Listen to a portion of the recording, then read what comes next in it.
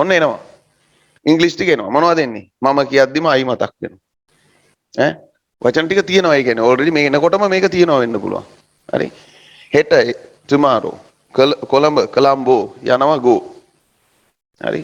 එතකොට මේ ටික මේ පිළිවෙලටම වචන ගත්තොත් කොහොමද තියෙන්නේ? I tomorrow Colombo go. I tomorrow Colombo go. එහෙමනේ තියෙන්නේ. දැන් අපිට ඒ වචන ටික පෙළ ගැස්ව ගන්න මොකක්ද ඕන වෙන්නේ? ස්ථීර වචන ටිකක් අපිට එනවා. ආවහම අපේ හිතේ තියෙන්න ඕනේ මොකද්ද? මේ හැඟීම මොන රටාවෙන්ද ඉදිරිපත් කරන්නේ? රටාව තීරණය වෙන්නේ පළවෙනි එක කාලය. ඊළඟට ඒ කාලය තුල මොන රටාවෙන්ද ඉදිරිපත් කරන්නේ? දැන් ඔයාලට ටක් ගාලා ආව මේක ෆියුචර් සිම්පල් කියලා. very good. ඒ කියන්නේ හොඳ මට්ටමක ඉන්න ඕගොල්ලෝ දැන්. ඒ කියන්නේ අවශ්‍යම දේ දැන් වුණා. මොකද රටාව හඳුනාගත්තා. සිංහලෙන් ඒ හැඟීම තියෙනවා. ඉංග්‍රීසි වලින් මෙන්න මෙතෙන්ට තමයි මේක අයිති වෙන්නේ කියලා ආවටක් ගන්න. ආපු ගමම්ම ඊළඟ පියවර ඒ රටාව අපි විලාසිනින් හඳුනගෙන තිනවා මේ වචන ටික පෙළගස්වන විදිහ. subject verb object. හරි. ඒක මම කිව්වා ඊට පස්සේ දැන් මෙන්න වචන ටික ආවහම වචන ටික මෙතනින් අපි හිතමුකෝ මෙන්න මෙහෙම ගිහින් මෙන්න මෙතන තමයි ඔන්න ඔහොම සිද්ධියක් තියෙන්නේ. මෙතනින් තමයි දැන් පිට වෙන්නේ. හරිද? ඔන්න. ඔතනින් කියන්නකො පිට වෙන්නේ. ඔන්න දැන් පැහැදිලිනේ. හරි. දැන් මෙන්න මේ වචන ටික ආවහම මේ වචන ටික මෙතනදී මොකද්ද වෙන්න ඕනේ? මෙතනදී subject verb object කියන පිළිවෙලට පෙළ ගැස්ව ගන්න ඕනි. පෙළ ගැස් වෙනවා. මේ කටගාවට එනකන් මේ හදවතයි මොළේ අතරතුරේ සිද්ධ වෙන සිදුවීම මේ. මම මේ සම්බන්ධව පැහැදිලි කරලා YouTube එකේ වීඩියෝකුත් දාලා ඇති.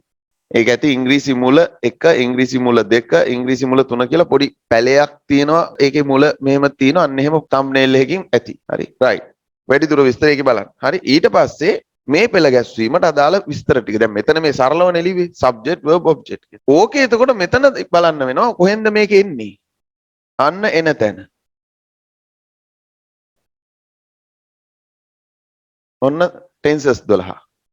දැන් tenses 12න් ඔයාට අක් ගාලා මෙතන ගන්නවා මොකද්ද? මෙන්න මෙතන කියලා. මෙන්න මෙතන තමයි පොට් එක. හරි? මෙතෙන්ට අදාළ වුණත් මෙතෙන්ට වුණත් මෙතෙන් මේ කොහෙට වුණත් මේ පිළිවෙල එකයිනේ. ඒක වෙනසක් නැහැනේ. subject verb ඒක හරි. දැන් ඔතනදී හඳුනා ගන්න ඕන කාරණා දෙකක්. එකක් මොකද්ද? මෙන්න මෙතෙන්ට අදාළ main verb එක. main verb එක. මෙතෙන්ට අදාළ main verb එක. ඒ කියන්නේ මෙන්න මේ මම කොළඹ යනවා. මෙන්න මෙයා verb එකනේ. එයාගේ මෙයා කවුද? එතනදී ආයෙත් ඔලුවට එනවා මොකද්ද? 1 2 3 4. මේක ඔයගොල්ලෝ ජීවිතේ කවදාවත් දකින්න ලැබෙන්නේ නැති chart එකක්. හරිද? මතක තියාගන්න. මේ පහ මොනවද? කවුරු හරි කියන්න බලන්න. දැන් verb එක තෝරගන්න ඕනේ. future simple කියලා තෝරගත්තා. ඒකේ main verb එක තෝරගන්න ඕන. එතනදී මේ පහක් මතක් වෙනවලු. මොනවද මේ පහ? no. V1, V2, V3 verb ing verb singular. හරි. එහෙනම් future simple එකේ අපි යොදන්නේ V1. පැහැදිලිනේ? future simple එකට යන්නේ V1. ඒ කියන්නේ ළමයි අපි මේ පාඩම් විදිහට ඉගෙන ගන්න ඒවා එකට link වෙන හැටි මේ කියන්නේ. කියලා ජාතක කතාව වගේ ආය කතාව ඉවරයි. ආයේ ඒකේ සම්බන්ධයක් නැහැ ඊළඟ ජාතකයට. මේක එහෙම නෙමෙයි. මේ අපි පාඩම් විදිහට ගන්න සියලුම දේ එකතු වෙලා තමයි අවසානයේ පුංචි දෙයක් හරි එළියට යන්නේ. හරි? I want to meet you. එක වාක්‍යයයි. හැබැයි ඕක ඇතුලේ අපි ඉගෙන ගත්ත පාඩම් ගොඩක් තියෙනවා. හරි? ඒවා කනෙක්ට් වෙන හැටි මේ. right? ඔන්න. එතකොට පිළිවෙල බලන්න tenses වලට අදාළව මේ කියන්නේ. හරි? සිංහල අදහස ආවා. ඒකට වචන ටික ඉස්සෙල්ලාම එන්නේ. වචන ටික ආපු ගමන්ම මේ වචන ටික මුවින් පිට වෙන්න කලින් වෙන්න ඕන සිද්ධි ටික තමයි මේ තියෙන්නේ. ඒතර මෙතන අපි ගන්නවා මෙතන මොකද්ද තියෙන්නේ? V1. හරි? V1. දැන් V1 එක ඔයා ගත්තා. එහෙනම් ඔයාට ක්‍රියාපදයේ විතරයි වෙනස් වීමක් වුනේ. මොනවද වෙනස් වුන්නේ නැත්තේ? මම වෙනස් වුන්නේ නැහැ. I කියන එක මතක් මම කියන එකට කෙලින්ම I මතක් වෙනවනේ. ආයේ ඒක මගේ වුණා නන්නේ මයි මතක් වෙන්නේ. හරිද? මට වුණා නන්නේ මී මතක් වෙන්නේ. හරි. ඒකෙත් කේසස් ගණනාවක් තියෙනවා. හැබැයි ඒ කේසස් වලින් ඉගෙන ගත්ත එක ඇති මම කියනකොටම අයි එන්න. ආයේ අර වර්ග මතක් කරන්න දෙයක් නැහැ. මේකේ හැබැයි එහෙම නෙමෙයි. මේකෙත් ඔයාලට හිතෙන්න පුළුවන්. ඉතින් සර් එතකොට V1 එකෙන් කියන්නේ යනවා කියලා නම් යනවා කියනකොටම V1 එන්න ඕන කියන එක. ඒක වෙනසක් වෙනවනේ. ඇයි? V1 අපි මේකෙත් පාවිච්චි කරනවා. V1 මේකෙත් පාවිච්චි කරනවා. හරි? මේක හැබැයි මේ අනිත් තැන් වලට එහෙම එන්නේ නැහැ. ඒතර එතන පොඩි ප්‍රභේදයක් තියෙනවා. හරි. අරක මම කියද්දිම අයි ඇවිල්ලි ඉවරයි. කොළඹ කොළඹ ඒකත් හරි. දැන් ඔන්න හරිම ක්ලියර් මේ සිදුවීම. හොඳේ ඔයගොල්ලන්ට. රයිට්. ඊට පස්සේ මෙතනින් ඔයා මේ verb එක තෝරගන්න. මොකක් කියලාද? V1 කියලා. හරි. subject මම I go. දැන් අපි බලමු මෙන්න subject ගත්ත I මෙන්න මෙතන go V1 නිසා object නෙමෙයි මේ object ගේ place එකට අපි දානවා. හරිද? මොකද්ද? Colombo.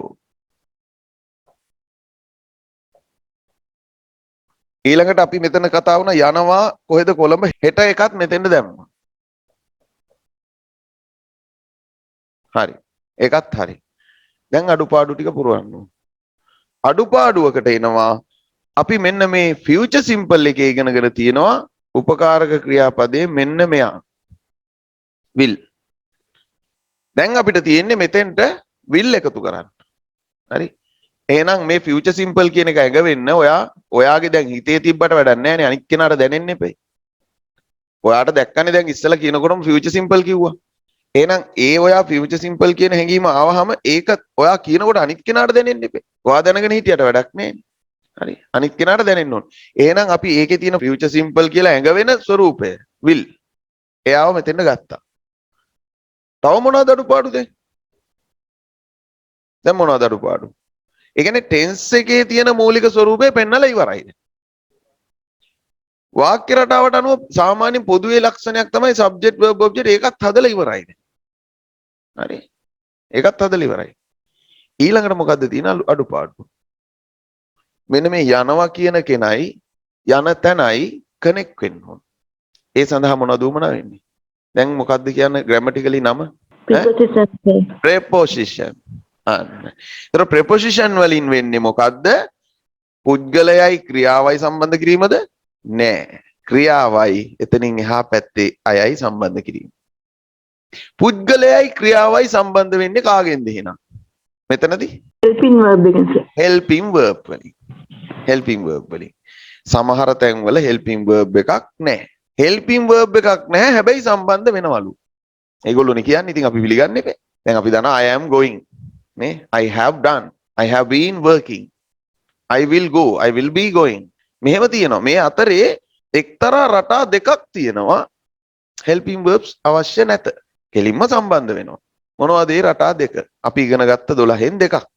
present simple past present simple past simple very good. ඒකේ තව ටිකක් විග්‍රහ කළොත් හරියටම විග්‍රහ කරොත් present simple කිව්වටම මදි. හරි. අවස්ථා දෙක හරි. තවත් ටිකක් පැහැදිලි කරගන්න ඔළුවට. මම කියනවා I don't know. තියෙනවනේ උපකාරක ක්‍රියාපද. positive positive විතරයි. very good. positive විතරයි. present simple positive දෙයක් කියනවා නම් helping verbs නැත. past simple positive කියනවා නම් helping verbs නැත. I went, I ate, I got, I understood, I did. මම ඒක කළා. උපකාරක ක්‍රියාපද නැහැ. I met him. මම යාව මුණ ගැහුණා. I told you. මම ඔයාලට කිව්වා. හැබැයි බැරි වෙලාවත් ඔක නෙගටිව් වුණොත් I didn't tell. I didn't go there. I didn't understand. මම තේරුම් ගත්තේ නැහැ. ඒක වෙනස් වෙනවා. හොඳේ I couldn't understand වෙනවා. ඒක පස්සේ කියලා දෙන්නම්. එතකොට did you get my red pen? No, I didn't. අර ඒ කතා කරද්දි එහෙමයි. පූර්ණ වාක්‍ය නම් I didn't get your pen. කතා කරද්දි එච්චර දිගට කියන්නේ නැහැ. No, I didn't. හරි. එහෙම නැත්නම් no. හරි. හොඳයි. දැන් එහෙනම් ඔයාලා දන්නවා මෙන්න will එක මෙතෙන්ට එකතු කරා. මොකක්ද එහෙනම් මෙතෙන්ට එන්න ඕන? destination යනවා නම් ඒ යනවා කියපු ගියා කියපු ගිහිල්ලා කියපු යන ගමන් ඉන්නේ කියන යන්නම් ක්‍රියාපදයේ අර්ථය වෙනස් වෙන්න පුළුවන්. කොහොම වුණත් ඒ යනවා නම් යන තැන සම්බන්ධ කරන්නේ කාගෙන්ද? to. to වලින්. ඒ කියන්නේ ඔයා move වෙනවා. හරි. කොහෙටද move වෙන්නේ? කොහෙටද? හරි. ඒ කියන්නේ එතකොට එතනදි ගන්න අපි ට શબ્දේ. to වලින් ගන්න එට શબ્දේ. හරි. එහෙනම් මෙතෙන්ට එනවා අපි to කියලා. මම මේ ළඟ ලියවිලා තියෙන්නේ මේකේ බෝඩ් එකේ පාසුකම් මත. හරිද? ඔක ඉතින් ඈත් වෙනවා ලියද්දී. දැන් තේරෙනවා විතර I will go to Colombo. එතන මෙතන අමතර සිද්ධියක් විදිහට මම මේ වෙලාවෙම මතක් කළොත් ඔයාට නිතර නිතර හුරු පුරුදු ඔයාගේ ගෙදර පන්සල ඒ ආශ්‍රිතව ඉන්න අයගේ ඒ තැන් වලට යනවා කියද්දි අපි මේ ටූ දාන්නේ නැහැ. ඒ කියන්නේ I go home. ඒක අමතර දෙයක් ඒක වෙනම කියන්නේ. ඒ කියන්නේ ඉංග්‍රීසි වල මේ 95ක් බලපාන නීතිය 5ක් බල නොපාන අවස්ථා තියෙනවා. බොහෝ නීති එහෙමයි. යම් පොඩි ප්‍රමාණයක් තියෙනවා ආයතෙන් දෙක අදාළ නැහැ. එතන භාවිතා වෙන විදිහ මේ මිනිස්සු එච්චර මෙච්චර කාලයක් භාවිතා කරපු විදිහ මේ. ඉතින් එතකොට අපිට ඒක අයතොර සර් මෙතන මෙහෙමත් කියනවනේ කියලා ওই ගොඩාක් දේවල් අහුවෙයි. එතකොට ඒ ඩවුට් එක නැති කරන්න තමයි මම මේ වගේ දෙයක් ආවම මේවත් කියලා දෙන්නේ. නැත්තම් එයාට පස්සේ දවසක තේරුම් ගන්නකම් මේ වෙලාවේ ඩවුට් එකක් එනවා මම මේ කියලා දෙන එක ගැන. සර් ඉතින් ඔහොම සර් කිව්වට මෙහෙම එනවනේ කියලා හිතට එන්න පුළුවන්. අහන්නෙත් නෑ ඕක. එයා ඒක හිත ඇතුලේ අවුල්. එතකොට මොකද වෙන්නේ? ස්ථාවර වෙන්නේ මේ කියලා දීපු නීතිය. වැඩි හිටියාගේ හිතේ. විශේෂයෙන්ම ළමයා නම් ඕක අවුල හාර උස්සන්නේ නෑ. එහෙමනේ එහෙමයි. එච්චරයි. ඔයාලා දැන් වැඩි හිටි වෙනකොට මොකද වෙන්නේ? හිතනවා. එහෙම නෙමෙයිනේ මෙහෙමනේ. හිතනවා. දැන් ওই ස්පීච් එක ගැන සමහරව හිතනවා ඇති. ඒකෙන් වෙන්නේ මොකද්ද කියන එක අත්දැකීම ඔයාලට නෑ. අපිට තියෙනවා. ඒකෙන් තමයි හැදෙන්නේ. ඕකෙන් හැදිලා වාට එන එක වැඩි දියුණු වෙන්නේ ඔයා සමාජෙට ගිහින් කතා කරද්දි. ඒක ඔයාට ආවේ නැත්නම් ඒක මට හදලා දෙන්න බෑ. දැන් මම ආයතනයක් පිහිටවලා වැඩ කරන අය හදලා සේවකයෝ දාලා එහෙනම් ඔයාව එතෙන්ට ගන්න ඕන. අරගෙන අරගොල්ලෝ ඔක්කොම ඉංග්‍රීසි කතා කරන්නේ ඒ අනුව ඒ පුරුව දෙන්න වෙනවා. ඉතින් ඒක මට කරන්න බෑ. ඒක වෙන්නේ ඕගොල්ලෝ ඉදිරියට යනකොට. බැරිලාත් අපි හිතමු ඔයා මේ කෝස් එක කරලා ඉවර වෙලා ඊට පස්සේ ගෙදර ඉන්නේ. ජොබ් එකකට යන්නෙත් නෑ මොකුත් නෑ ඉංග්‍රීසි කතා කරන කෙනෙකුත් නෑ කතා කරන්නෙත් නෑ කතා කරන්න ඕනෙත් නෑ. එපා මට ඉංග්‍රීසි. එහෙම ඉන්නවා දැන් කෝස් එක කරා. හරි. මොකද වෙන්නේ? අර ජනාධිපතිතුමාගේ අර සාකච්ඡාවකදී අර කතා කරපු ඉංග්‍රීසි ටීචර් වගේ වෙනවා එතකොට. එයාම කියනවනේ. අපි කරා කෝස් එක දැන් අවුරුදු දෙකක් තිස්සේ ගෙදර. එතනින් එහාට අපි භාවිතයක් නැහැ මොකුත් නැහැ. ඉතින් නැති වෙලා ගියේ. හරි. ඉතින් ඉංග්‍රීසි මේක හදා ගන්නවා කියන්නේ මේ එක තැනකින් මේක හැදෙනවා කියන එක නෙමෙයි. හරි. දැන් සිංහල හැදුනේ කොතනින්ද? ඉස්කෝලෙන්ද? ගෙදරින්ද? සමාජෙන්ද? බස් හෝල් එකෙන්ද? බස් එකෙන්ද? ස්කූල් වෑන් එකෙන්ද? එහෙම බෑ. ඔය සමස්ත එකතු වෙලා තමයි ඔක හැදිලා තියෙන්නේ. හැබැයි අධ්‍යාපනය කියන දේ තුලින් අර භාෂාව පොලිෂ් වුණානේ. නිකන් විධිමත් වුණා. අපි කතා කරනකොට උගත් කෙනෙක් කතා කරද්දී අර ගමේ ගොඩේ සාමාන්‍ය ඉගෙන ගත්තේ නැති දුෂ්කර පළාතක ඉන්න මිනිස්සෙක්ගේ කතාවට වඩා වෙනස්. ආම්දුරු කෙනෙක් කතා කරද්දී බලන්න. පූජකතුමෙක් කතා කරද්දී බලන්න. ඒතර මේ අධ්‍යාපනය තුලින් තමන්ගේ අර භාෂා විලාසය, වචන පෙළ ගැස්ම, ඒ වචනවල හොඳ වචන අර තියෙන නිකන් සම්භාව්‍ය වචන ඒවා එකතු වෙලා තියෙනවා. අදහස් පිට කරන ශෛලියක් හැදෙනවා යාගාව. හරි. දැන් ඉගෙන ගන්න නැති සාමාන්‍ය කෙනා බලන්න කතා කරන හැටි තැනක මොන හරි අදහසක් ඉදිරිපත් කරන්න කිව්වොත් මෙහෙමයි මහත්තයා මේ අපිට දැන් තියෙන ප්‍රධානම එහෙම නැත්නම් ලොකුම ප්‍රශ්නේ අර දැන් මට කියවෙනවා ප්‍රධානම කියලා. නේද? එයා කියන්නේ නැහැ. එයාගේ ලොකුම ප්‍රශ්නේ. හරි. අපි කියයි ප්‍රධානම ගැටලුව. ලොකුම ප්‍රශ්නේ තමයි මේ මහත්තයා මේ අපිට මේ පොහොර ප්‍රශ්නේ ඉතින් ඒක පොඩ්ඩක් විසඳලා දෙනවා නම් අපිට පුළුවන් මේ සැරේ කන්නේවත් අපිට මේ ඔන්න ඔහොම. එතකොට ගන්නවා දැන් අර කතිකයා. හරි එතන ඉන්න කවුරු හරි කෘෂිකර්ම නිලධාරියා. මේ අර මීට කලින් කතා කර මහත්මයා කියු පරිදි මේ ප්‍රදේශයේ ප්‍රධානම ගැටලුව දැන් අපි හඳුනාගෙන තියෙනවා. ඒ සඳහා යම් වැඩපිළිවෙලක් අපි සකස් කරනවා. අන්න එයාගේ කතාව. එතන බලන්න මේ එකම භාෂාව. හරි. උගත්කම තුල භාෂා එහෙම නැත්නම් අධ්‍යාපනය තුලින් එයාගේ මොනවද වෙලා තියෙන්නේ? භාෂාව. ඒකම තමයි දැන් මේ අපි කරන්නේ. We go to the school every day in the morning. They are going to talk about friendship.